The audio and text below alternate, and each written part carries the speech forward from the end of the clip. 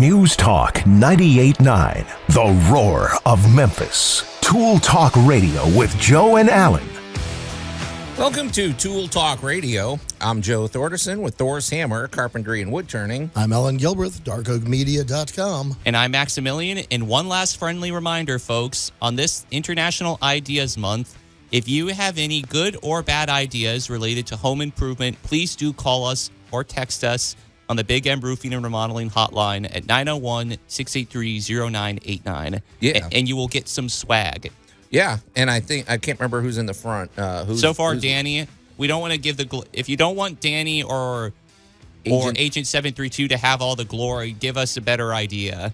I actually have a good idea to contribute today. Ooh. I know I can't win. I've only been contributing bad ideas today, this month, but this one's a good one, Allan. You even agreed. I showed you a picture of it. Okay, now barring unforeseen circumstances or barring any type of roofing crises, Jay Hill's supposed to be with us today. The last 2 weeks he's supposed to be coming in, but duty calls. He always gets these calls. So today it's not. Let's see. Wait a minute. We're about to have a thunderstorm. So yeah. I think. Well, you know which way I'm going to place my money on this one. Yeah. So who knows? So we're not promising anything, but hopefully he'll be in. Tell me what you think of this, Allan. Okay, my wife and I were talking. It's funny how much show prep I'm getting out of her. We're calling this 3 Friends in a Kitchen Remodel. She's got 3 friends all simultaneously. Well, one of them is about to launch a kitchen remodel. 2 of them are in the middle of a kitchen remodel, and they're frozen with indecision. It's interesting. They're all one's hung up on one thing, the other's hung up on something else. And it's starting to help me understand why Jay Hill doesn't like to do kitchen remodels. Because, dude, the technical phrase is analysis paralysis. Exactly. There's because one thing affects the other. Yes. So if you put that floor in, it affects the countertop. It affects. I have some wonderful advice for that one. Okay, so we're gonna talk about that. Speaking of Allan's advice, well, gosh, this week your advice. I mean, okay, so for the last several weeks, Allan's week in review has been pretty positive. He's building things and he's being creative and he's making efficient constructions. Well, all bets are off today. We're back to combat and street level battles, right? So I mean, okay. It got gritty. Okay. We've got, I don't know, here we go again. I'm looking at this list, Allan. We got about 4 weeks worth of materials. I will say one more thing. Let's see. Oh, here's something we are going to get to.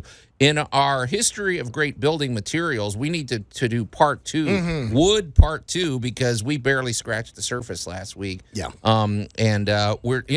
We don't overlook the obvious when it comes to talking about things here on Tool Talk Radio. And when we're talking about great building materials, how do you overlook wood? I mean, that's its own show right there. So easy. And we've got lots more, folks. So stand by; it's all coming up. But before we get to any of those things, this is an offering by my co-host here. This is pretty happy music for what you're holding. Yeah, this was on brand for your week, wasn't it? Oh, yes, it was. All right, well, tell it's posted on Facebook if you want to go to @Tool Talk Radio on Facebook. But well, as I tell everybody, I make you various offers, but when you finally choose violence. I will bring you violence. That is... You're willing to negotiate. I am. And then there reaches a point where it's kind of like, and nope, we're done. You have in your hand one of my all-time favorite tools ever, and that is a handheld bug zapper. So picture, if you will, a badminton racket that electrocutes the birdie. Well, it's funny you say that because I'm looking at this, and scale-wise, I think in a pinch you could actually use this as a badminton racket. Yeah, no, I've actually taken the battery out and used it as a badminton racket. I don't know if Why take the battery out? Yeah. Supercharge that ball. Now, there you go. Let's see this. Let's see the Williams sisters playing a match with this on. Light up the ball. But okay, who is this for? Well, yeah. Yeah, who is this for? This is for me. Anybody especially for you, but anybody on your crew that is allergic to wasp or suffers badly from bee stings, fly bites, mosquitoes, that kind of stuff. This gives them, and I'm not saying they even use it, but this is just one of those confidence things. I have a bug zapper I can whack you with. Oh, boy. And that actually, I have a couple of people I work with periodically that I work for, and one of them is absolutely, utterly terrified of wasp. Yeah. I mean, for pretty good reason. You get stung by a wasp, it hurts. My question is has there ever been any insects to weave through the breach and not get electrocuted? No. No? Nope. I will tell you They'd have this. to be pretty small. I'm looking at the weave on this thing, Yeah. Max. It's pretty. What you wind up with, though, is I will say this for carpenter bees, they're so tough. You know, basically you bat them away, they get zapped, they wake up about 10 minutes later, Good. wander off and tell you they got a bad headache. Now, Allan, we like our bees. I know you and I butt heads when it comes to carpenter bees, and you don't be out there whacking those honeybees. We need them. No. This is for that wasp that will not get out of the doorway or will not get away from your car. Is this like a minor tingle for squirrels if you want to whack them? I've never seen anybody get that close to a squirrel, so I can't speak That's to that. what the extendo version of it is Yeah. for. Yeah. Now, I got a question. If you're a humanitarian, because I don't like to just kill things, but is there a stun setting for this? Like in Star Trek? Well, you take the battery out. You just bat them to the side. But this is, honestly, and when we get to my weekend review, I'll expand further. But, anybody who's been working outside, there is that one horsefly that will not leave you alone. Yeah. And they go right by your face and everything. I said, I am more than willing to negotiate and shoo you off and tell you to go away. But when you get that insistent that, it's going to be my blood, well, you know what? I'm willing to meet you on your terms. So, and I know I'm probably going to get a little hate mail on this, but yeah, when you are very sensitive, and it's, if you've ever been bit by a horsefly or you've been stung by a wasp, it is absolutely miserable. Those rust-colored wasps are the most aggressive, in my opinion. Gosh, those guys don't. Yeah, they don't back down. They take one look at you, give you the wasp eye look, and then you get nailed. Right. Well, so I agree with most everybody on the, shoe bug, go away. Here, I'll even catch a spider in a cup. Yeah. And walk it outside. But there's that one bug that will not quit. Yeah. I'm sorry, dude. I gave you plenty of options. What happens? Can you zap yourself? Like, can you? Oh, yeah. What does that feel like? It tingles. Oh yeah, you'll know if you zap yourself. I'm just picturing a bunch of frat guys with these things, and who knows what sort of torture they can. I really don't want to picture that. Okay. Well, I mean, it does look handy. These things cropped up 8 or 9 years ago, or something. So, well, that and the Bug Getta shotgun, which fires salt. Wait, I haven't seen that. How are you supposed to hit a bug with a shotgun? It is a little air-powered, it's like a little air rifle, but it shoots a little cartridge of salt, and it's for taking out horse flies and things like that. And I have a friend with one, and let's just say at this point in his career, he could be a trick shooter in a circus. Here's what I don't get. I'm looking at the thing here, and it's got, for best uses, it's got outdoors, obviously, garage, camping, home, but then it says basement. Yes. Who are you zapping in the basement? I mean, if you've got that serious of a situation, I don't know. Well, and just saying, generally basements are open to the outside. In a lot of cases, you get a wasp nest or something down there. You're trying to, you're trying to maneuver, and there, like I said, there's that one horsefly or that one wasp that will not get out of your face. Yeah, and is determined to get you. Well, it's time to repay the favor. One last question. Is there a size limit on this? Like, I mean, obviously you can't be zapping like a tarantula with this thing. Right? I've never tried. I mean, which you shouldn't do anyway. Tarantulas don't bite you, I don't think. A tarantula will make you hurt yourself. Right, because they look so scary, but I don't think they actually do anything. Well, right? Kind of like daddy long legs. Well, yeah, they don't really bother you either. Well, a tarantula will only bite you pretty much in self-defense if you grab it, step on it, or something like that. And their venom in the tarantula world is not all that potent. It's not like getting bit by a black widow. Okay. All right. Generally, in the bug world, the more delicate the animal looks, the more poison it packs. That reminds me of that Indiana Jones movie where it's like the smaller the scorpion, that's actually worse, but the bigger the scorpion. Exactly.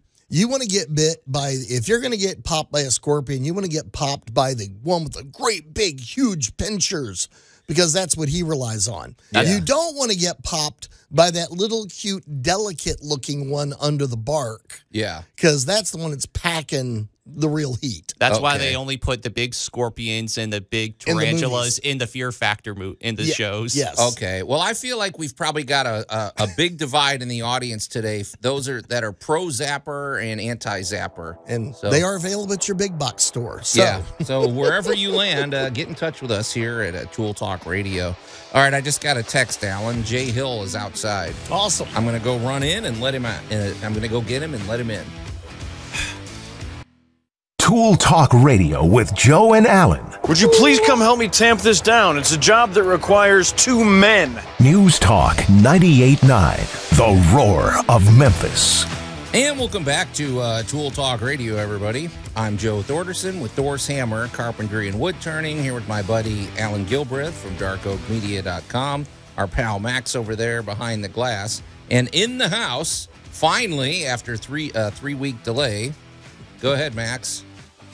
Our good buddy, okay, never mind. I guess he wasn't queued up. Our good buddy, Jay Hill with Big M Roofing and Remodeling. Hey guys, what's happening? Jay, Max, you're really off cue today. We had a whole thing figured out, Jay. So. Well, I came in and gave him a new deal. You and, said you wanted to do walk-up music. What do you think I of this? did. It's autograph. I'm telling you, turn it up. That's how I want to come in, like I'm a WWE guy.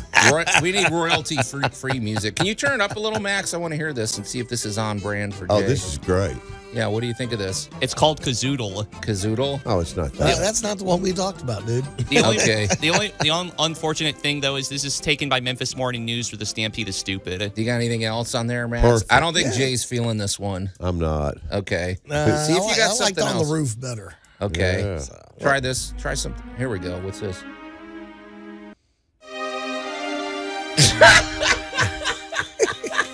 Y'all are trying to run me off. aren't you? This is called Sad Strings 1. Yeah, that's the high And the energy. description is dark and sad strings. This do you is more think, like Jay? mine. No. If you get an opportunity, Max, find Turn It Up autograph. The first part, the way that song starts, that's the one. That is Okay, walk-up Jay doesn't music. under. We have royalty free. That's what we got. You Yeah. gotta Okay. have, you want the spark fires going off and the yeah. I just Try like something. that hard driving sound of it. There It you Try sounds something good. else, Max. See what else you got. How about this? Last but not least. Let's see. I'm out on that too. I just realized. Okay. This is called Dolls on the Roof. Hey, it's a brand. That's on brand, Jay. Dolls on the roof. Never There you mind, go. Max. All right, keep well, working on it. That was when you did Joe's roof. Okay. Well, Jay, hey man, we'll figure this out. We'll get you hooked up with some new walk-up music. This is going to be a work in progress. So, how's it going, man? Man, it's going good. Really, really good. Super busy on all fronts, and had a little opportunity as I was waiting to get in the front door a while ago just to write down some things that have been going on, and I was just overwhelmed with the amount of business that's coming from listeners of this show. Well, how do you like that? man? It's mind blowing. You said it may happen, and I thought about that. I went all the way back to when we met. Got to thinking about how it's probably not nothing. They're just over there, a couple of guys sitting in a box talking about some stuff, and then 4 or 5 years later, it's turned into something pretty darn big, and I'll get a couple of calls, minimums, usually more, a week. And just doing a lot from it. Matter of fact, I want a quick shout out. No addresses this time. Oh yeah, no giving out addresses. Yeah, please, or last I did that names. on the giveaway last year, didn't I? Telling the guy that won the gift certificate for Home Depot, I'm giving his name, his social, everything on the show. And I said, wait, stop. But to Joel Cruppy, Joel is actually a landscape guy. one of the best that I've ever seen. And Joel's a listener of the show and done several projects for him already. And one I'm going to visit as soon as we leave down in Lake Cormorant. Ooh, nice. A fellow by the name of Trey Griffin, who we're doing siding and done a couple of tin roofs for. We're getting close to the end of that. Thanks to Trey. Fred Bray up in Whiteville. Rex Chapman. Just finished a repair job on gutters and stuff from him. And starting a new one hopefully next week with a gentleman that called in by the name of Tim Staggs up in Whiteville. So, I mean, the reach is out there. So, anyway, just tickled to death that's the deal, you know, because it comes from everywhere. You know, we've got signs around town. We've got this show. You're repeating your referrals.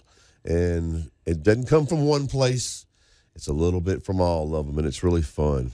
One of the reasons we like being over here, Jay, I mean, we have this big 100,000-watt tower. I know you can drive to Jackson, Tennessee, and usually still hear the show. Yep. So you can, and you know I'm a sports fan, so sometimes I'm listening to 92.9, just catch up on stuff. But it's gonna fade if I'm around the outskirts. Yeah, right back to 98.9. Well, Jay, I see you're decked out in your UT stuff too. So I mean, yeah, I didn't know you were a UT fan. I am. It's very orange in here today. Yeah, funny how that happened because I actually went to school at Memphis. I'm from Memphis, for anybody that cares, and still a big Memphis fan. I really am, and you can do both. Honestly, you can. Absolutely. And only a couple of times have we played each other, and that was a quandary. What do you do there, man? Yeah. I just kind of sit there and pull for both of them. Just hope you get a good game. That's what we do. But I spent 30 years in Knoxville, and you're just not going to go up in Knoxville and be any kind of sports fan and not let that get in your blood somewhat. Oh yeah. And you know, and SEC just is high powered sporting. That's all there is to it. That's great, man. Yeah. So they won last night. We're tickled about that. Play Houston Sunday for the berth to the Final Four. It should be a great game, man. So, Jay, your slam, but what is it sort of, you said it's on all fronts, but I mean, we've had some squirrely weather over the last month, and I have to believe that's affecting roofs, gutters, everything on the outside, right? I mean, yeah, it's hard to put your finger on just one thing because literally not only the things that I just talked about in terms of sources of business, I forgot even to mention about the home show, which those cards and letters just keep on coming too. I'm still working those leads. Yeah. So doing a lot of siding right now, certainly doing a good portion of the roofs. The roofs have picked back up as the weather has picked back up. And I couldn't tell you anything that we aren't doing. Building decks, doing interior painting, gutter jobs. But the predominant one right now really is probably a 50-50 split between vinyl siding, hardy board siding, and roofs. That's keeping us busy. I got a question about siding. You know, because siding technology just keeps evolving, right? I mean, it does. Keeps getting better. It's not what it was 20 years ago, right? Yeah, it's definitely not the aluminum siding we had in the 70s. So. Well, and the one thing I hate, and I've got a job coming up next week. It's a little small job, but it is the result of our 30 or 40-year-old cladding on the side of the house. That was that fiberboard. Yeah. And that stuff, you know, it looked great for about 10 years. And then it kind of hung to dear life for about 10 or 20 more years. And then it starts sliding off the side of the building. You know, Jay's nodding like, yeah. I'm sure it was a great idea at the time, but the new board, the new concrete impregnated stuff, is so much better and so much easier to work with. Yeah, it is. And, you know, unlike when it first came out, when we just had, you know, lateral strips to, of course, emulate siding boards as we've always known them, whether they be 8-inch, 10-inch, or whatever. Now there are some incredibly intricate die-cast type boards that emulate hand split shake, staggered hand split shake. I mean, there's really some things out there that from the street you go, wow. Yeah. And then 30 years from now, you can still go to the street and go, wow.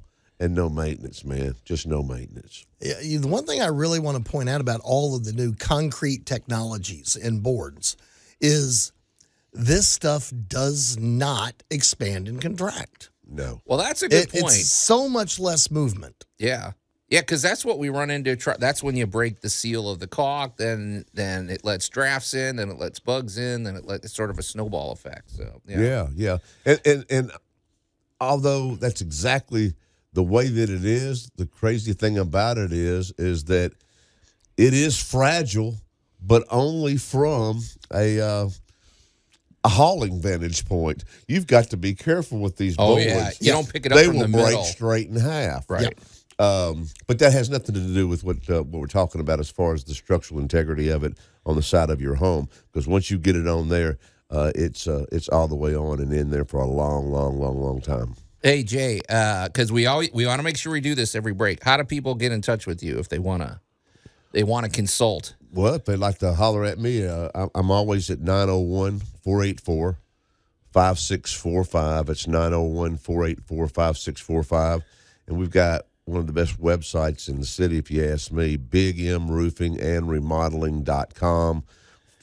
Full cornucopia of everything that we do, financing, everything, pictures, references, all of our credentials, so on and so forth. Yeah, you want to know that stuff, especially these days, man. You don't want to invite somebody onto your property that doesn't have credentials or is not insured, and if something happens, man, you're on the hook for it. So one of 5 people that I'll do business with on an average will tell me the reason that they ultimately decided on me was because I walked up, introduced myself, and put my credentials in their hand up front. There you go. All right, well, we're going to continue visiting with our buddy Jay Hill when we come back here on Tool Talk Radio. Tool Talk Radio with Joe and Allan. And now for the finishing touch. News Talk 98.9, the roar of Memphis. And welcome back to Tool Talk Radio, everybody. I'm Joe Thorderson with Thor's Hammer, Carpentry and Wood Turning, here with my buddy Allan Gilbreth from darkoakmedia.com and our pal Max over there behind the glass. And in the house today, our good buddy Jay Hill with Big M Roofing and Remodeling. And we are in the hunt, Jay, for some new walk-up music for you. Turn that up, Max. I can't hear it. We got to get Jay's opinion here. What do you think of this one? This one's called Dominate Your Adversary. That's not me. Let it play a little longer, Max. This Although is royalty-free, right? Yeah, it's royalty-free. I don't know, Jay. This is getting closer, right? Imposing metal riff. I still like the Screaming name guitar. That's not Screaming what I guitar, do. ideal for nervous instant. Dominating your adversary. Okay. Hey, if you've got any ideas of what Jay's walk-up music should be, it's got to be royalty-free, though. Tell us if there's any of those that you've enjoyed. Get in touch with us on the Big M Roofing and Remodeling hotline at 901-683-0989. Mine, for the record, would be the final countdown. Right. Well, we can't use that, Max. I know we can't. Royalty-free, Jay, unfortunately, because you've got your thoughts of what you'd like, but... Well, I mean, I just, everybody's got tunes and melodies in their head from their youth and so on and so forth, and I did not realize that there was going to have to be some money exchanging hands for me to do we don't something get that sued. I wanted. Yeah. Unless you want to pay out... Okay, anyway, this show isn't... Let's move on. Yeah, please. music talk radio. Oh, yeah, Okay. remember that roofing thing? So- Remember that roofing thing, guys? Yeah. Allan, you had some good ideas off air, so I mean... Oh, my gosh. We had, well, the biggest thing is, of course, now it's spring. Mm-hmm. And we've talked about looking at water. Water is the enemy. And especially for the next week in the Mid-South, if you've seen our forecast, Yeah. great weather to be a duck. Oh, yeah. Because we got, waterfowl are going to love us for the next 7 days. But, Jay, what can people, or what should they be looking at or looking for on their roof, especially as we're getting into spring, now that the season is here, now that we're going to get the rain and the temps are going up, winter just wrapped up, what are they looking for? Well, I as I think about that question, I think about how many times that we've actually gotten into this on the show, and I think about how every time it's been somewhat of a different answer, and that's because it's hard to really, I think, tell everything that you're supposed to do. I guess share everything you're supposed to do in any given case without being there. But if it's my home, let me put it like that. This is one we don't talk about. Certainly a good time, and you absolutely want to make sure that your gutters are absolutely free of any debris. any leaves or anything like that, because this is integrated into the roofing system. It's like you've got an automobile and you've got seats in it. I mean, it's tied together like that. You know, your roofing system and your gutter system work hand in hand for the protection of your home. And so a lot of times we'll see somebody that might have a decent roof, but at the end of the day, you look a little closer and find out that the gutters are just absolutely clogged full of stuff and won't drain properly. And then what happens then? Those reservoirs during a heavy downpour like we're going to have next week, as you indicated, Allan, will overflow. And they'll back up not only on the front of the house, but they'll actually, this is the dangerous part of it, they're heading back under your decking and under your fascia coming into your home too. Down the wall. And people don't think about that, man. There's a tolerance when your home was built for your decking. It's anywhere from an inch to generally 3.5 inches where the decking will stop on the gables. And so think about it like this for the novice, I guess. It's a gap. You think it's a hole, but it's a gap. Right. It's actually supposed to be there, and the shingles actually go over the top of it. So it's not anything that you really see. But you will see it if we get a heavy downpour and your gutters aren't in good shape, because it's going to back up, as we talked about, both in the front and then back into the home. Joe mentioned the wall. How long is it going to be before you know it's in your wall? Might take a while, but when you do, it's not going to be pretty. So look for that this spring, no question about it, okay? Get all of the limbs and things that have fallen on your roof, during the winter. You got to clean those off. Get those off, okay? And then look, just make a visual inspection of the roof from all vantage points of your property. See if you see anything that looks odd. If it looks odd, it probably is. Yeah. I mean, do you see any missing shingles? Do you see a shingle that's out of place? Do you look up at a boot pipe or a boot jack that's coming out of the roof and see it looks like it's rotten? Are your ridge vents, if you have them, are they securely, evenly placed on the top of the ridges that you have them installed? That's just a few things. I'm just off the cuff as you've asked the question. But you certainly want to look around and get it cleaned up. That's for sure. Sometimes you'll see gutters, and for, there at one part of the gutter, there's all this like black staining and gritty stuff from the roof, and it's like coming down almost in a line, and I got to believe that's because it's backed up, right, Well, Jay? I'm glad you brought that up, because therein lies the problem with an older roof, okay? Let me tell you a scenario that we see all the time, and this will make perfectly good sense. Those shingles are nothing more than an asphalt fiberglass reinforced mat with granules embedded in it. Over time, the weather, the heat, all of that, the rain, all of that, those granules, or what we call granular loss, will occur. Yeah.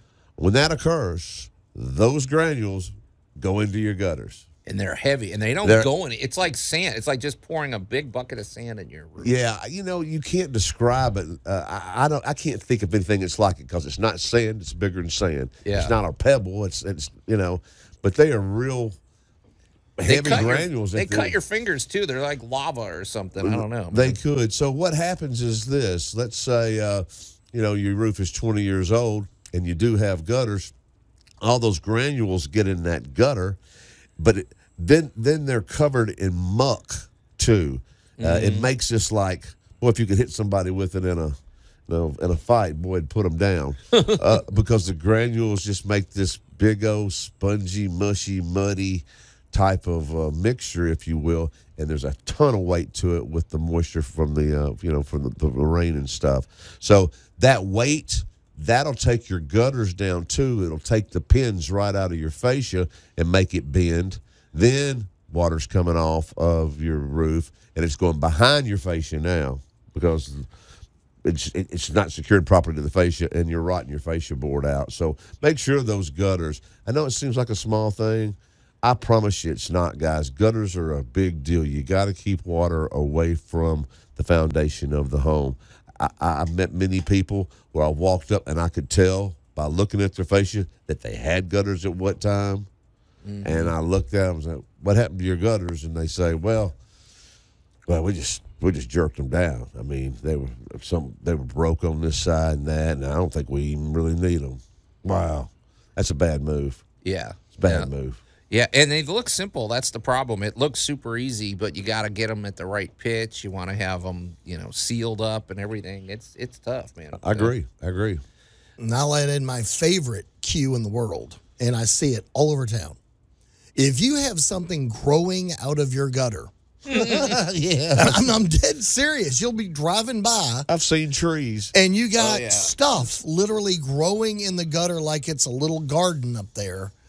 You have got problems. Boy, I just guarantee you, don't even ask, do I have a problem? You got a problem. You do. Boy, that's so funny you bring that up. Yeah. That's in a lot of places. Oh, yeah. And it's I got 2 or 3 yards I help take care of for friends and stuff like that. A couple of houses I care for people out of town. And every neighborhood, no matter where you are in this city, whatever neighborhood it is, there is a house with a garden growing out of the gutter. However, where you see it the most is in the places where you have the real old mature trees, like acres and things like nice that. Big ones. And then those seeds basically fall from those trees and they plant straight in that dadgum gutter just like it was a flower bed. Yeah, if you've got a house, I could see this too. If you have a house that's got one of those really tall, like the gutter's 20 or 25 feet up, and maybe you're the type that doesn't want to get on a ladder. Well, you got to get somebody up there to inspect it at least, once or twice a year, right? Yeah. By the way, I'm the type that don't want to get on a ladder. Yeah. Everybody in here is that way. Yeah.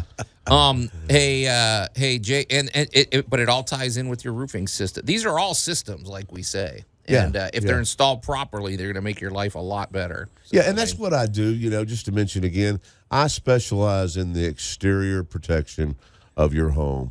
We do some interior work, but we just don't do kitchens and bathrooms. But we've got great references for you if somebody's contemplating one of those projects. So, try to stay just on the outside, but we do it all. And we try to work it where we're having this just one, as you would say, Joe, cohesive system. There you go.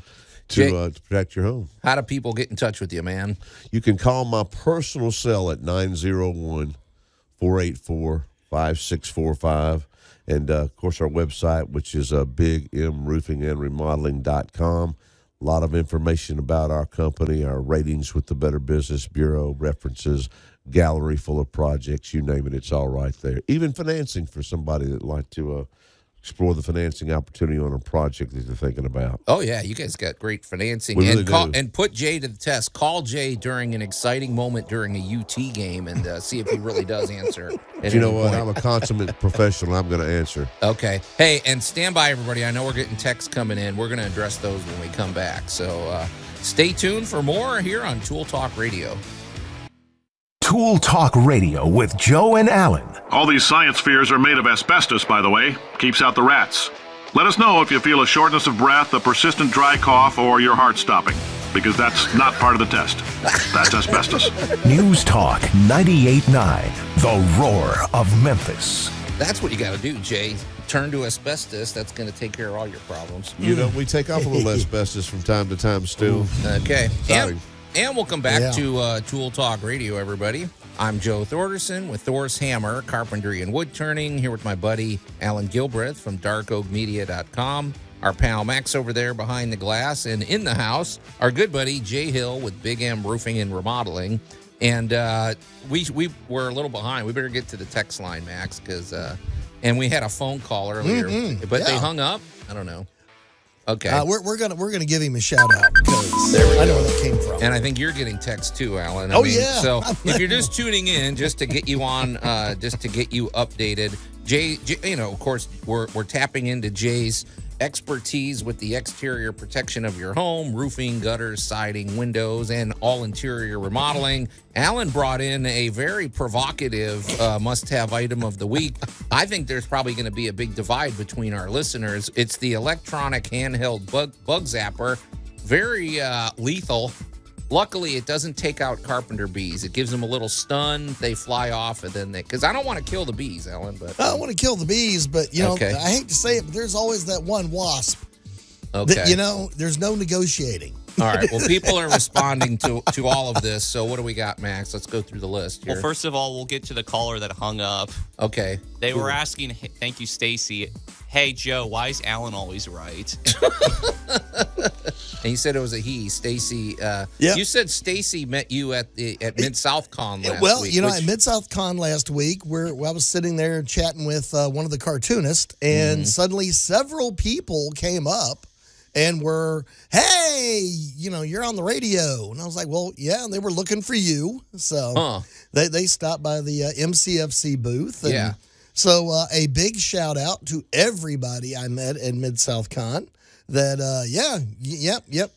We weren't lying. We really are on the radio. So the geeks were there. So, but that's a question. So, Stacy, I don't know what it is about Allan. He's like a human encyclopedia. I don't know that I don't know what part of the brain has to do with memory. I don't know that you're any smarter than me. I just think you remember everything that you absorb. You're probably a lot smarter than me. I remember Allan once gave me the best explanations about me and him before. He said, I was once you, now I'm me. Yeah, which I don't know what that even means. Yeah. He does. He does. But Allan, you like to learn, and you're always absorbing things. See, that's the problem. I learn it and then I forget it. So, or I forget the name of it, or I understand the principles, but I couldn't explain it to anybody. I thought it's what you told me is that anything that's useless, it's in and out, and you don't retain. Like Sherlock Holmes. That's the Sherlock Holmes method. He talked. That's good. Hey, you were at that. I think you were on that episode. We talked about Sherlock Holmes had a theory about your brain that it was basically had limited space. He called it the brain attic, and he doesn't fill it up with things that don't relate to what he needs. So he didn't even know the function of the solar system. He's like, what does it have to do with detective work? I don't care. You've never worked in a hospital, have you? No. So what are we really saying was that Arthur Conan Doyle was really that way and kind of portraying that through that character, Sherlock Holmes? Or did he portray Sherlock Holmes as a character who just...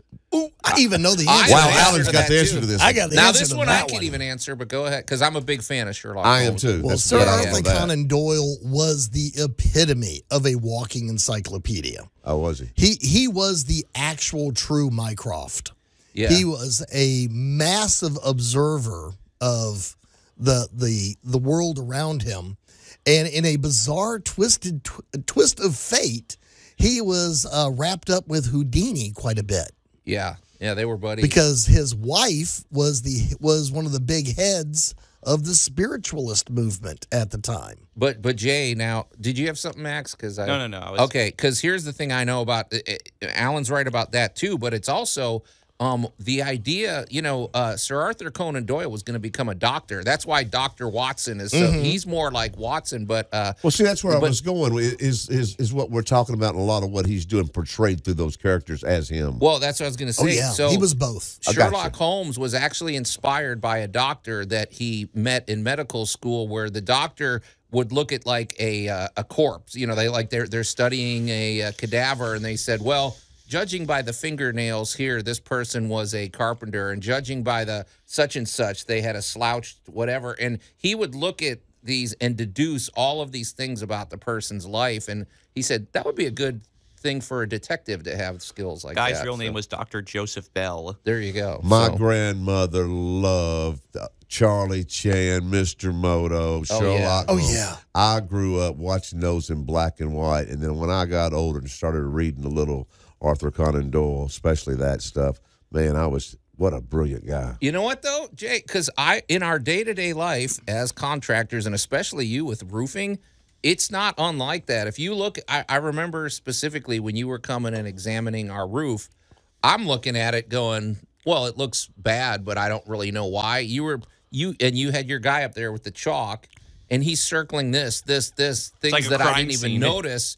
And then when you pointed out what was causing it and what the problem was, I'm like, this is like detective work, man. I'm going to start coming on the property with a violin and a pipe. You'd look good in a deer stalker. Man, that is absolutely how you brand right there. There you go. Yeah, there you go. Well, Sherlock Holmes Roofing Systems. Well, if you think about it, when we get called in, any one of the three of us, it is a crime scene because we are there because something happened. Yeah. Nobody calls us because the grass looks great. Yeah. They call me because there's a sinkhole in the middle of the yard. What happened? Right. Yeah. So we don't get called in because people are comfortable and happy. Well, the best deduction that I can think of is what you're talking about, just real briefly, is I got called by a guy one time, said, man, you need to come take a look at this roof. I kind of do some maintenance for her. She got all kinds of problems with this roof. I got over there and I looked at it, and as soon as I looked at it, I went, what has happened here? I mean, there's no granules on the roof at all. He said, yeah, man, it's, I just can't get the stuff off. I said, what do you mean you can't get it off? He said, I've pressure washed it twice. This guy got on the roof with a pressure washer, which is extremely dangerous, by the way. Do not try this at home. Yeah. And absolutely ruined this roof. And so he's trying the insurer actually paid for it. Now, I couldn't believe it. Okay.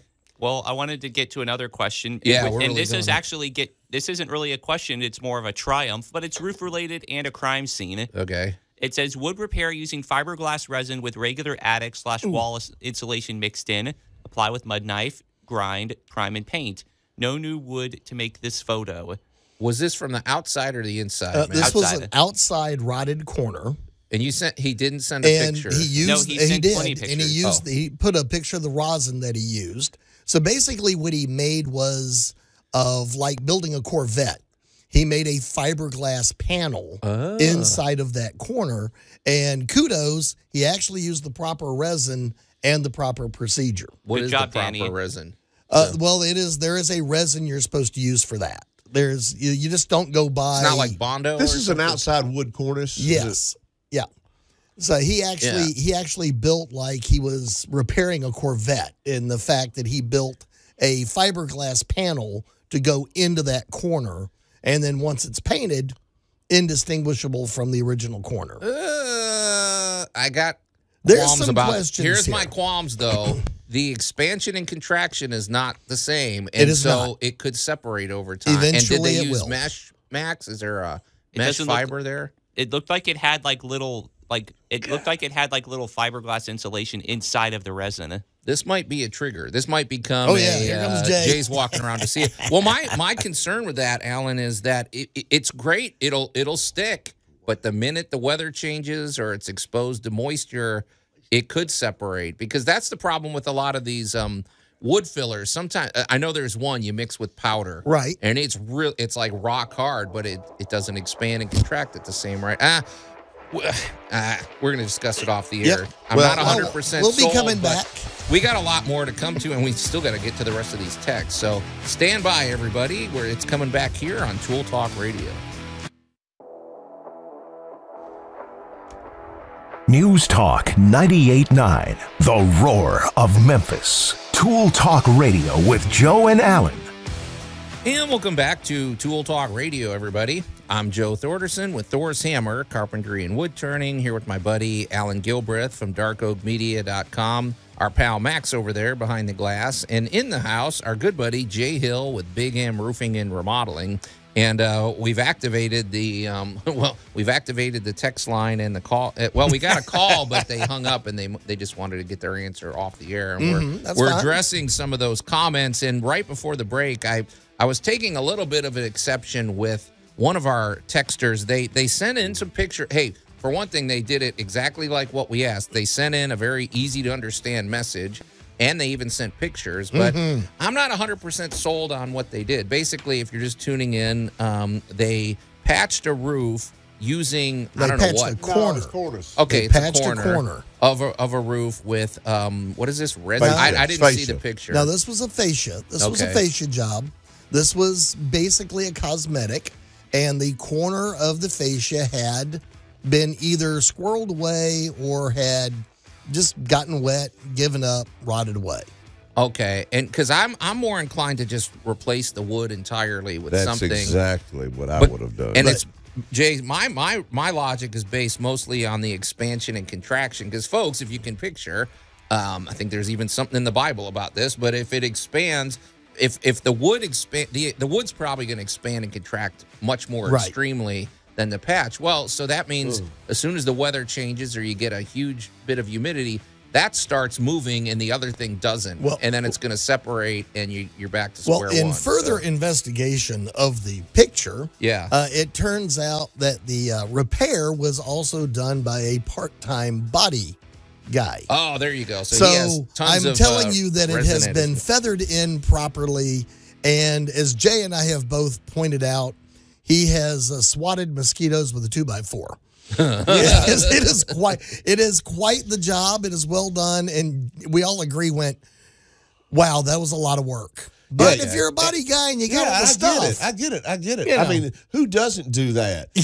What you do, who you are, and how you think is based on a large part in what you do vocationally and stuff. That totally makes sense. Yeah.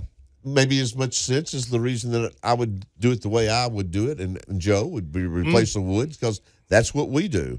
We replace wood. We're in that business. So. And, in fairness, too, you said something off the air, Jay, about how, for one thing, the cobbler's kids have no shoes. The carpenter's house always has. The housekeeper's house is dirty. The chef's going through a drive-through. Right. It's true. I mean, my house, the problem for me is more based on time. It's like, well, I can't take a week to fix this. I need to do the 6-hour fix, like on a Sunday or something. And so you don't always do it exactly the way the ideal, So my hat is off to the picture going, you know what? Great job. A little overdone, but you know what? There's no law against overbuilding. Okay, what do you got, Max? This is a good reminder, folks, on the last day of International Ideas Month for our show, that if you have a good or bad idea, to send it on the Big M Roofing and Remodeling hotline. Pictures appreciated, calls appreciated as well. Either good or bad ideas. Okay, so this is going in the list then. Who sent this in? Danny. Okay, so Danny's going on the list of, actually, Danny had a squirrel battle too. So. He did a good idea.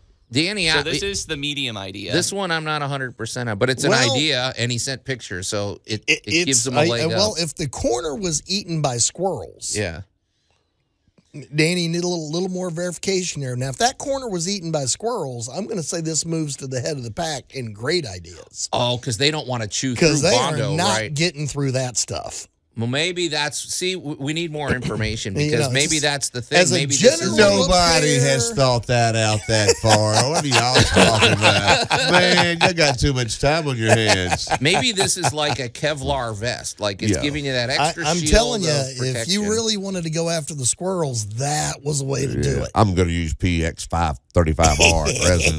That way the squirrels can't get through it. Well, we'll need more information. But Max, we had one more text. What was it? We got one from Brew Blaster. Okay. Inquiry.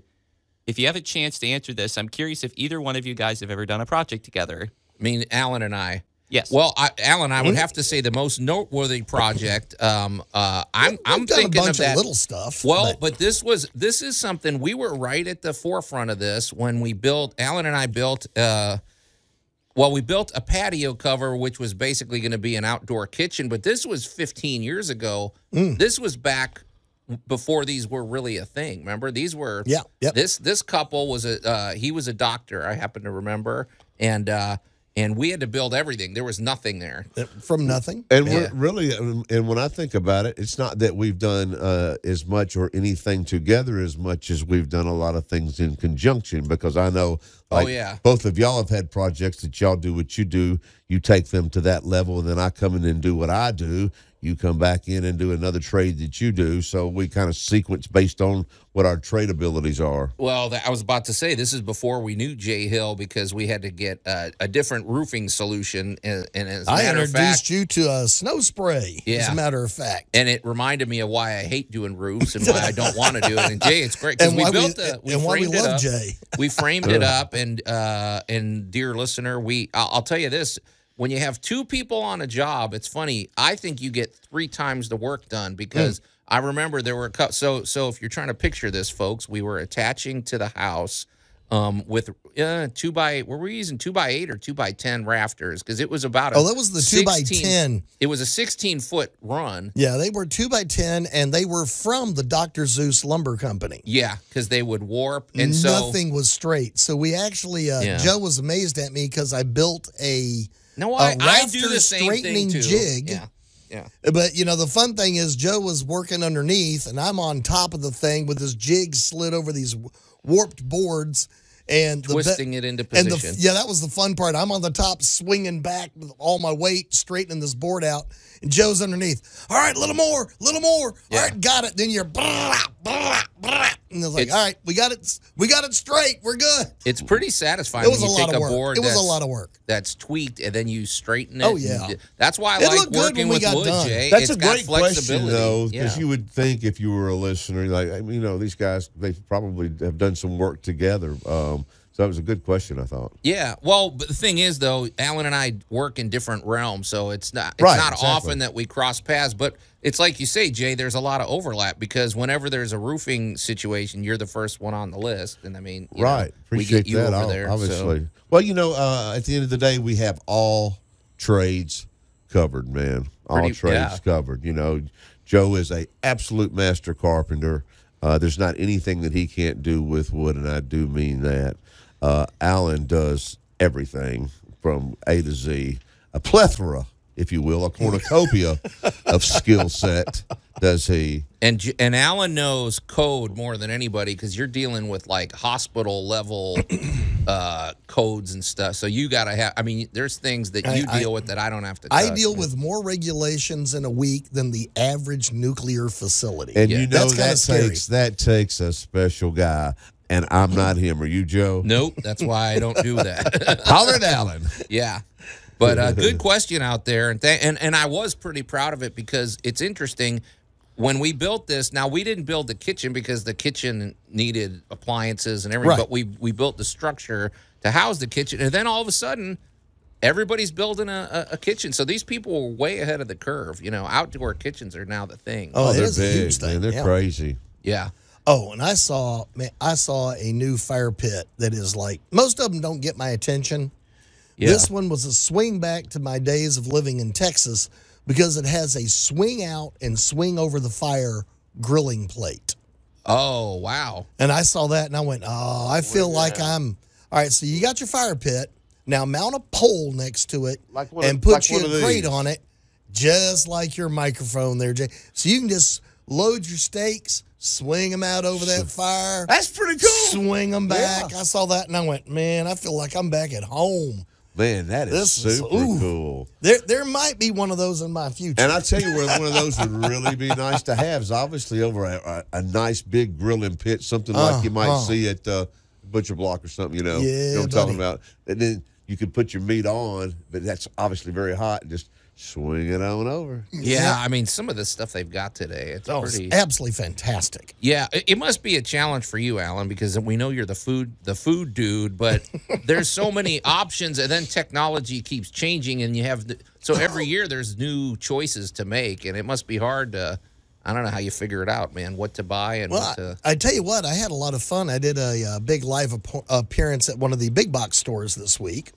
And it was a blast just meeting all the other vendors and all the services that are coming into the area. Yeah. So, like our buddies at Groundworks. Yeah. They're new to the area and they're, going to be joining us here on the show. And they take care of everything having to do with the foundation of your home. Yeah, we're going to access. So you're covered stuff. top to bottom. So we're going to, in fact, we'll talk about our buddies at Groundworks when we come back. But, okay, I think we're caught up on the text line, but that doesn't mean you can't get back in touch with us. Call anytime during the show. Because we still want your good or bad ideas. Exactly. 901-683-0989. Okay, we're going to take a quick break, and when we come back, we're going to discuss with Jay the tale of 3 friends in a kitchen remodel. Tool Talk Radio with Joe and Allan. No home is complete without a proper toolbox. Here's April and Andy's. A hammer, half of a pretzel, baseball card, a scissor half, and a flashlight filled with jelly beans. News Talk 98.9, the roar of Memphis. Jay, you keep M&Ms in your flashlight, right? I keep M&Ms everywhere. Okay. And welcome back to Tool Talk Radio, everybody. I'm Joe Thorderson with Thor's Hammer, Carpentry and Wood Turning, here with my buddy Allan Gilbreth from darkoakmedia.com, our pal Max over there behind the glass, and in the house after a 3-week delay, our good buddy Jay Hill with Big M Roofing and Remodeling. How's this song? Okay. Let's try this one for size. All right. Well,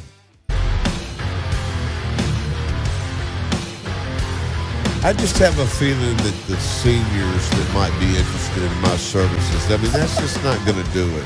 I don't know. This one's called No Place for Losers.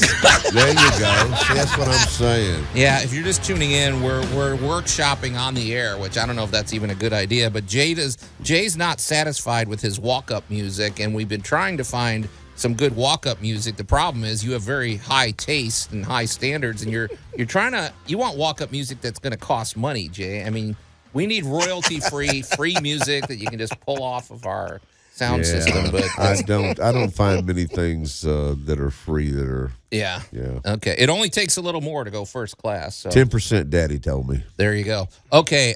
Hey, we've got. So this is going to be perfect. This is a great conversation to have with Jay. We're going to get to it in a minute. 3 friends in a kitchen remodel. This is street level, baby. This is exactly right up your alley, Jay. Before we get to that, though, we want to talk about our good friends over at Groundworks, because it's interesting. We now have your home covered from top to bottom. We have Jay taking care of the roofing, siding, gutters, windows, and all interior remodeling. And then now we have our friends over at Groundworks taking care of the foundation, the basement, and the crawl space, which, let's face it, I mean, you need a healthy foundation. You need a healthy base for your home. And what's interesting about problems with your foundation, for one thing, everybody hears, if they hear, I have a foundation problem, they immediately panic. They go to the nuclear option. Well, it isn't always the nuclear option, so don't panic. However, you have to address it. And sometimes problems with your crawl space or your foundation or your basement manifest themselves in unusual ways. You might not see anything, but you might smell something, Jay. You know what I mean? You get that musty, odd smell, or there's these ants that congregate in this one part of your home, or you walk across the floor and there's a really unsettling squeak or something. Well, those could be a foundation problem, and so you need to address those. Also, you want to look for stair step cracks. You've seen those, Allan, up and down your bricks, especially chimneys, things like that. Or maybe you've got that odd crack above the door or something like that. Well, all of those can indicate a foundation problem. The good news for you is this is what Groundworks specializes in. This is a national company. They're not playing games. They are fully equipped to handle all of your foundation needs, and the consultation is free. You're getting all this expertise at your disposal with a free consultation. So get in touch with the good folks over at Groundworks. You can reach them directly at their website. Go to groundworks.com and book your free inspection today. All right, you guys. Well, Jay, this is perfect timing. I was talking to Kathy yesterday. You know Kathy. I know Kathy. Okay. Well, she was. It's interesting. I asked her a question, and she doesn't realize. I'm getting all this great show prep out of it. Well, we were talking, and she happens to have 3 friends all at the same time.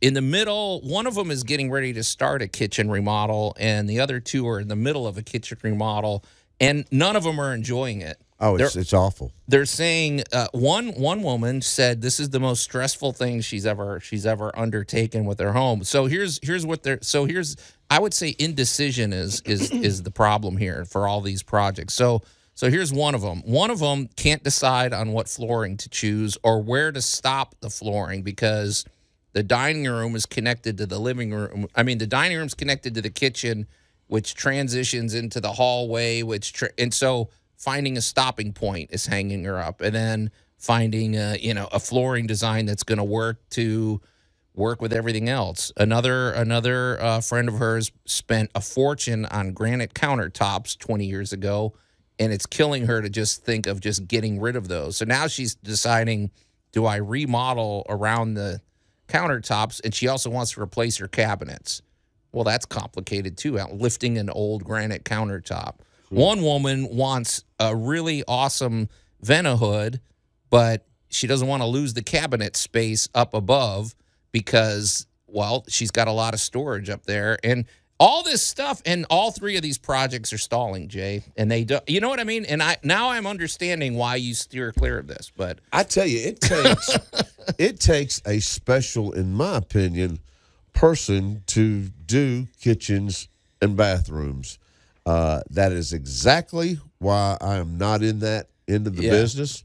There's too much confusion. There's too much sequencing. They take way too long. And I know I'm dealing with, a customer in most cases, as you've indicated, who's just stressed to the max because of all of this. Now, I tell you where it was a real problem. You would have thought that it would have been a great situation. But during COVID, that's when the kitchen and bathrooms really went crazy. I mean, now I got time. I'm going to be home for a year and a half, 2 years, whatever. Working from home, I'll do this. The problem was, you had the time, but then you couldn't get the product. And if you could get the product, it took a long time to get it. And then if you did get it, it cost too dang much. Yeah, supply lines went nuts. Lumber started costing a fortune. It was crazy. So, I mean, you can literally do, depending on the size of the home and the complexity of your project, it can take a year. And it often does. If you get a kitchen or a bathroom. If you get a kitchen done in 6 months, that's pretty good, I think. That's I know good. it doesn't seem like it. That's good. It seems straightforward, but we should offer practical. As I'm in the middle of installing 3 bathrooms and a kitchen. I sort of disagree with you a little, Jay, though. I don't think bathroom remodels are always as daunting unless you're talking about the turbo bath where it's like, they are the size of a I don't know, a small room addition. But I mean, we're talking kitchens, and we should say, but we should offer something useful too. All right, here, well, let's start with analysis paralysis. Yeah. 1, you're overthinking it automatically. You're overthinking it.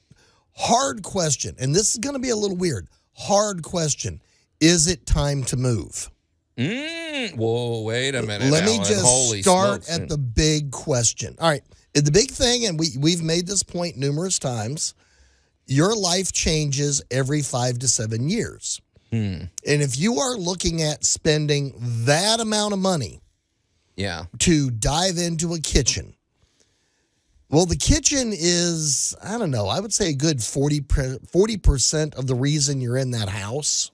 Well, for you, it's what, 80%? Well, for me, it's like the whole reason. But well, everybody uses the kitchen every day. It's the kitchen and the bathroom are the inescapable rooms. It doesn't matter. Your bedroom can be 10 by 10. Your bedroom can be 10 by 30. Personal choice. Yeah. Your bedroom can be overly decorated. You could live like Max on a couple of pallets and a mattress. Yeah. Because he's a minimalist. Right. Those rooms are negotiable. The hardest question in the world is, before you dive in here, are you going to be able to get the money out of your remodel in the house, in the neighborhood you're in? Yeah, that's Or is it time to move? That's a question you've got to ask. I agree 100%. Obviously, I'm around this all the time, although I do not do this. I've got a couple of friends of mine who this is what they specialize in. Typically, your money in kitchens and bathrooms, you're going to get that back and then some fold. But there is a point of diminishing return, as Allan was talking about right there. And is it okay to spend this kind of money on this remodel in this neighborhood, for instance? Okay. Yeah. But is there a similar effect with kitchens and remodels to buying the new car off the lot? It's like as soon as it gets off the lot, and the price goes down. No. Well, I don't Not know. in dirt. It depends. Well, it depends though. It depends how much you paid that contractor to do it. That's why you got to be very smart with how you contract. There are a lot of things to consider here, but question number 1, and usually the answer is we're staying here. Yeah. But the first question, and I mean, it's a hard question. The kids have grown up. They've left. Do you need those 8 bedrooms? Do you need those 6 bathrooms? Do you need the dog runs? You haven't had a dog in 3 years. These are the hard questions you start at. The next question is, do you have a clear image of what you get at the end? Yeah. Yeah. Because if you're thinking about a kitchen remodel because you saw some swanky new gizmo, that is the way wrong reason to do a remodel. Right. Well, it's funny you say that because that's exactly where I was going with this. You need to be on. This is a time for self-reflection and brutal honesty. And we're going to get brutal when we come back here on Tool Talk Radio. Tool Talk Radio with Joe and Allan. Did somebody say boom? News Talk 98.9, the roar of Memphis. And welcome back to Tool Talk Radio, everybody. I'm Joe Thorderson with Thor's Hammer, Carpentry and Wood Turning, here with my buddy Allan Gilbreth from darkoakmedia.com and our pal Max over there behind the glass. And we were visiting with our good buddy Jay Hill, but from Big M Roofing and Remodeling. I had one more song for him. Would you guys at least like to hear it? All right, let's see, because I know Nothing Jay's else out in in the his name of truck. it. Let's see what it is. So,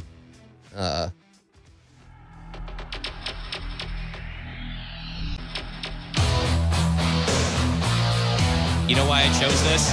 what's it called? Satan's Sister. Yeah, I don't think Jay's going to go. Jay's a good Christian man. He's not going for that. Keep trying, Max. We're trying to find new walk-up music for Jay, and it's not going well. So. I just chose it because I like the name. Yeah, good for you, Max. Well, that's an odd thing for you to say, but hey, anyway, if you're just tuning in, we had Jay with us all day, but if you want to get in touch with Jay, if you got any roofing problems or anything to do with the exterior protection of your home, call him right now. See if you can get him at in the truck Test at your luck. 901-484-5645. So his phone usually starts ringing as soon as he steps out of here. So it's kind of a running joke with us. Well, hey, if you're just tuning in, I was talking to my wife. She's got 3 friends in the middle of kitchen remodels. I think one of them is getting ready to launch a kitchen remodel, and we're talking about the fact that they're full of indecision. One is hung up on the flooring, one's hung up on the granite countertop, one is hung up on the Veno hood and what it's doing. But Allan, it reminds me a lot of when you sit down and you're like, okay, I got about 45 minutes. I think I'll watch something on one of these 20 streaming services I've got on the TV. You scroll through, you go, well, I'll go to Netflix. You scroll, I'll go to Max. You go, and you wind up watching nothing because there's too many choices. Yep. It's like, I think that's sort of at the root of why this is why it's such a hang up, getting a kitchen remodel, because it's not just choosing the countertop, it's choosing the cabinet doors, it's choosing where everything's going to go, it's choosing new appliances and flooring. It's choosing the knobs. It's everything. There's only 8,000 versions of any doorknob or handle you want to pick. Right. But you said something, and I think this is really important, and I think it's important for us just as a human being to do this frequently. When you do a kitchen remodel, you have to really ask yourself, why am I even doing this? Like, what is my motivation? Could I get by with just maybe repainting the walls and changing the knobs, or do I need a new faucet? But why are you doing this? Because of peer pressure? Because all your other friends remodeled their kitchen? Are you doing it to keep up with the Joneses, or is it because your kitchen is falling apart and it looks terrible? You know what I mean? I think you have to be brutally honest of why you're doing it. Well, let's take a solid reason. Yeah. Of your home was built and designed. It's an older home. It has always had a gas stove. There you go. Well, guess what? Gas stoves, we've discovered, have been killing us all these times. Well, those are fighting words for some people. Some people like and their they're gas fighting words for me as a chef. I love me a gas stove. Mm-hmm. However, because I'm a chef, and this has always confounded people, I have never wanted one in my house. Yeah. Because I have different ventilation and uses on the job. Right. Versus at home. At home, I don't want to deal with it. And now, with all of the new research coming out, I'm very happy I've never had one in the house. Yeah. And I've used one for years, decades. But so you've now decided that, well, we need to go with a new modern kitchen. Right. And there are health reasons why. So a remodel is now on. So that's a good, solid reason. That's not just an aesthetic. That's not just, I'm tired of looking at these cabinets. If you're at I'm tired of the cabinets, I'm going to throw in a quick thing. Think about just changing the hardware. or the doors. The doors are. I'm a big fan of Now, changing if the cabinet the hardware doors. doesn't get it, I'm going to say go with Joe and look at new doors. The new doors, especially if you because I happen to know some companies that, and they don't sponsor us, so I can't tell you who they are, but online there's some pretty good companies where you can order them. They're very reasonably priced, Right. and man, that's like having new cabinets if you repaint. It's pretty much a renovation to the kitchen. Now, if you're actually going to make a structural change to the kitchen, that's once again I'm going to ask you, why don't you move?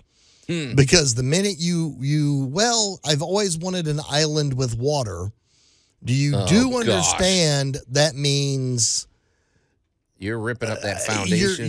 You're tearing holes in things that you don't want to tear a hole in. That reminds me of this good quote that I read where it was a Buddhist book about Star Wars, but it somehow had relevance to this. It said, one of the great ways to find peace in your life is to not fall in love with your preferences.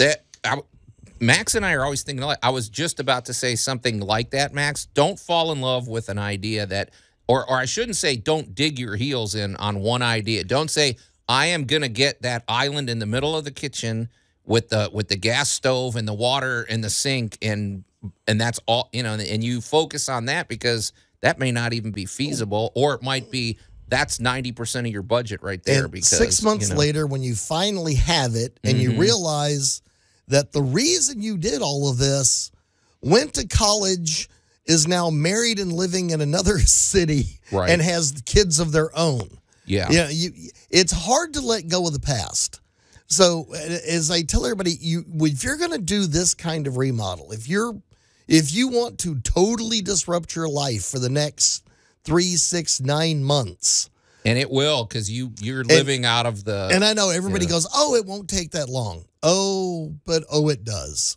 Well, if you do, and it's possible, I suppose, if you know how to do some things, to do it in phases. Like, I was fortunate I could do it myself, so I did it in phases, and it barely disrupted us at all, because but then again, not everybody can do that. And so, but I think it can be a very good, okay, let's put it this way. When you remodel your kitchen, you are going, whatever happens, you're going to be a changed individual. Oh, yes. At the end of it, you're not going to be the same person you were going in. You make it sound like they're like war veterans. No, it is. It's not. I don't want to compare the two. You'd be shocked at how many marriages end over the word remodeling. But part of the reason is because you learn a lot about your part. You learn about their inner workings, and it's like, wow, I didn't know he was this stubborn about a faucet, or Well, you also get into the convenience factor. Right. You don't really realize how short your partner is until you start having to measure, or how tall your partner is until you now have an option. Where is that counter actually going to go? What height is this actually going to be at? I want to offer something because we do want positive and we want advice. So here's one thing I would say about this. So we all know Jimmy Stewart. We love everybody. Who does not love Jimmy Stewart? Well, I was listening to an interview that he did, and he was talking about when they were making It's a Wonderful Life and some of his other more noteworthy films. And they said, well, how do you approach your role? Like, how did you approach the role of George Bailey?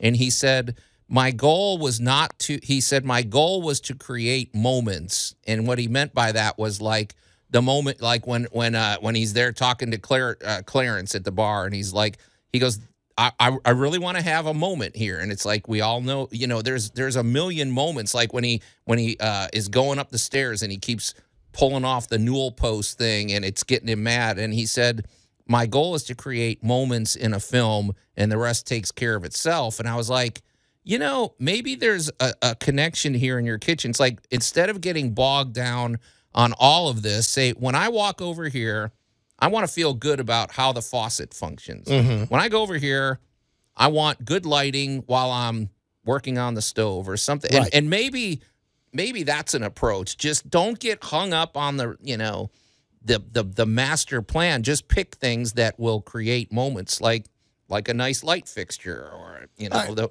don't know. If you're a big seafood person, that pot filler attachment may be the greatest thing ever.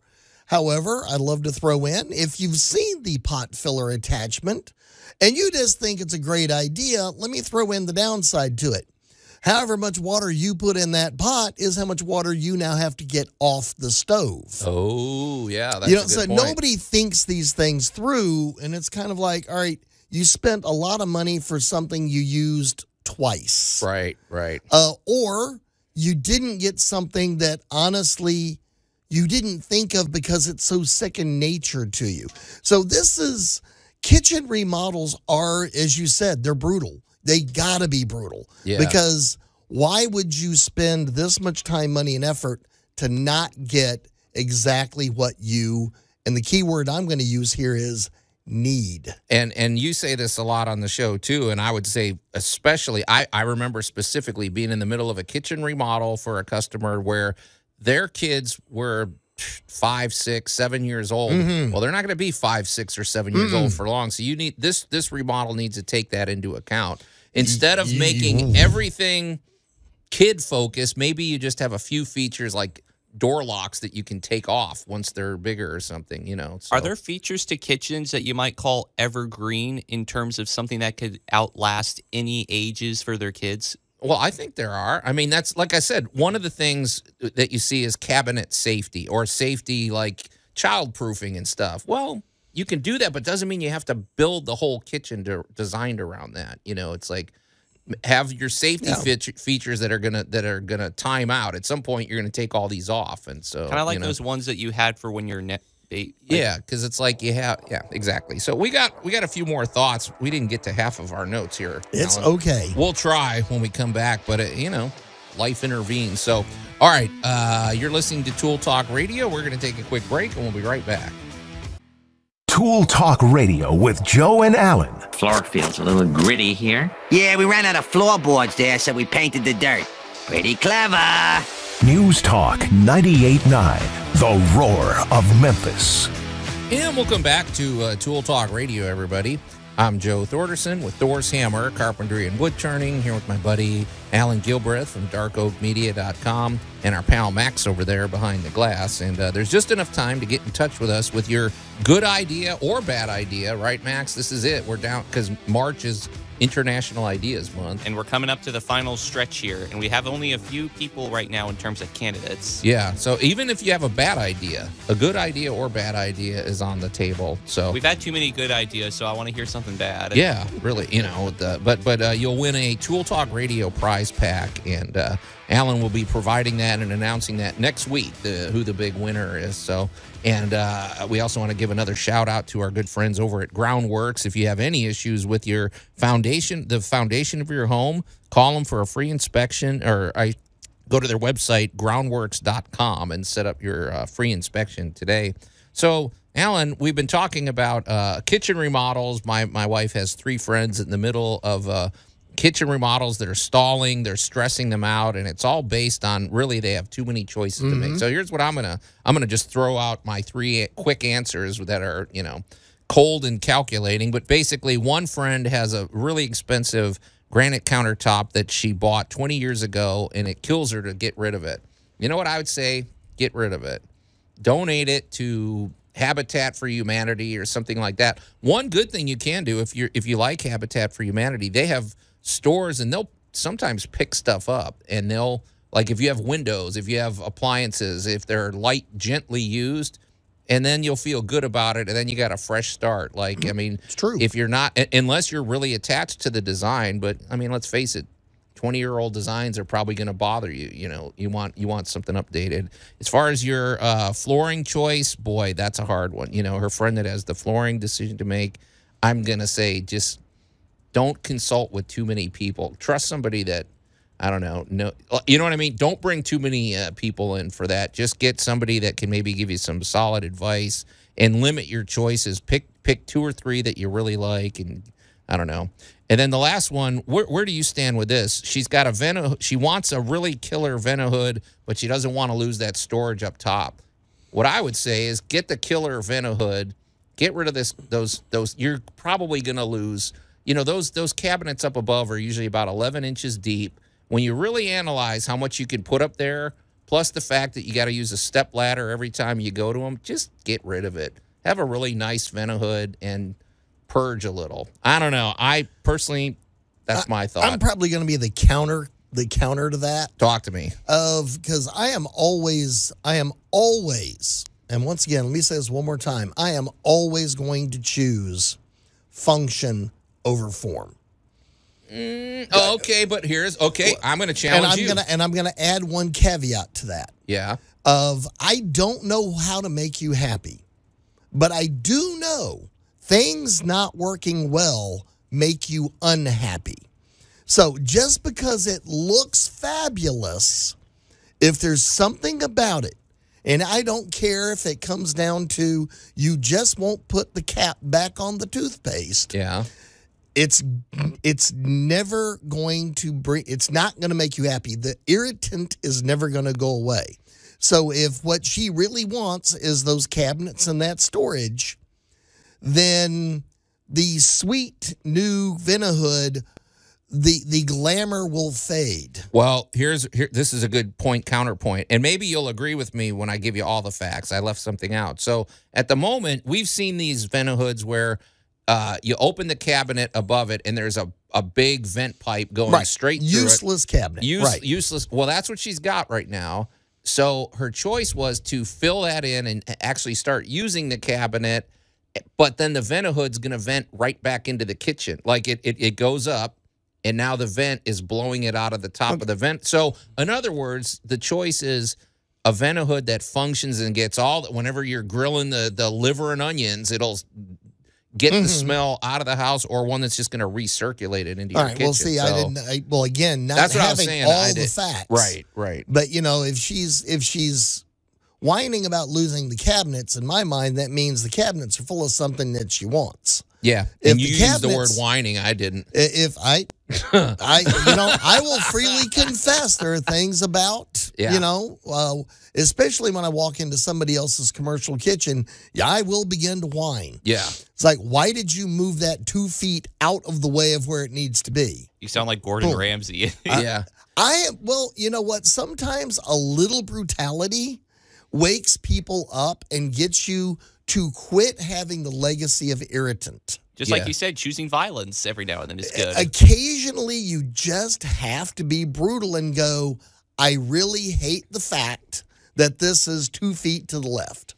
Let me ask you. And if you're going to spend the money, get it, get what you want. But don't, and I hate to say it like this, but don't let something shiny and sparkly that's going to lose its luster make you make a big change. I do have one more thing to say about this, and maybe I'm way out of line, but I don't care. I'm a big fan of doing projects in stages. Like, for example, it's like, okay, it's a no-brainer. These cabinets are falling apart. They're rotting. They're whatever. Need new doors we desperately. have to get this. So get that. And don't say, well, I'm going to gut this and I'm going to tear that up. Live with one state. Like, do one, and then in 3 months, we're going to decide phase 2, what phase to do 3. with this wall over here. And then slowly let it evolve and live with it and see.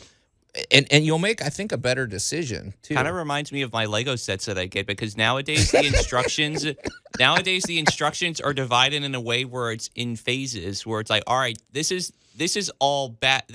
bag is all labeled 1 for phase 1, right, and then up to like 5 or whatever. And so it kind of makes me think of that. Yeah, I think there's something to be said for it's that. a great example, because a lot of what we can do now, especially with the pre-made cabinets, how the appliances are set up, you can do it in kind of Lego stages. Yeah, I think there's something to be said for that. Like, fix the immediate thing. Like, if you absolutely need a new refrigerator, a new dishwasher, and whatever, fix those. If you need, and do the things that are absolute necessities. Well, then in that case, I'm going to throw in the cautionary tale of creeping decimalism. And by the way, what do you mean? Creeping decimalism. Well, Joe, if you and I are going to spend $1,500, what's $1,700?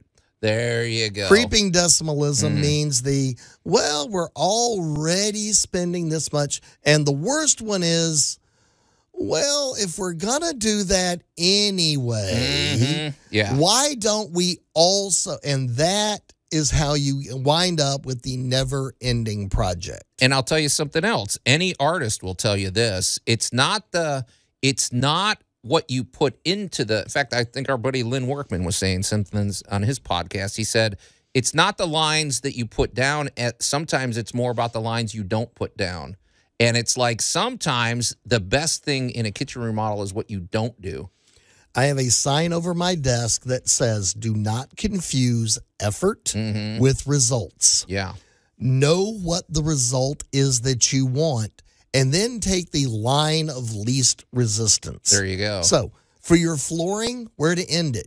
Is this a kitchen remodel or a floor remodel? If it's a floor remodel, replace all the floor. Yeah. If it's a kitchen remodel, you're going to cut it at the kitchen, you're going to put a threshold or a transition, and you're going to change your kitchen. I feel you got to be kind of brutal about this. I guys. feel like this is a big conversation. Oh, yeah. And feel free to chime in if you've had, especially any war stories from a brutal kitchen remodel. We want to hear about it. So. I'm reminded of the advice that our buddy Jim Shoemaker constantly gives. It's all about discipline and patience. There you go. So, all right. Well, that's a pretty big topic. Allan, next week we got our hands full. We gotta get to a lot of the things we missed. But whenever Jay's in the house, you don't know what you're gonna get. And I mean, so we just take it in stride. He gets ticked off by resin. Yeah, there you go. So, but regardless, the clock waits for nobody. It's time to get out of here. So you've been listening to another action-packed episode of Tool Talk Radio. On behalf of my buddy Allan Gilbreth and our pal Max over there behind the glass, I'm Joe Thorderson. Thanks for listening, and we'll see you next week.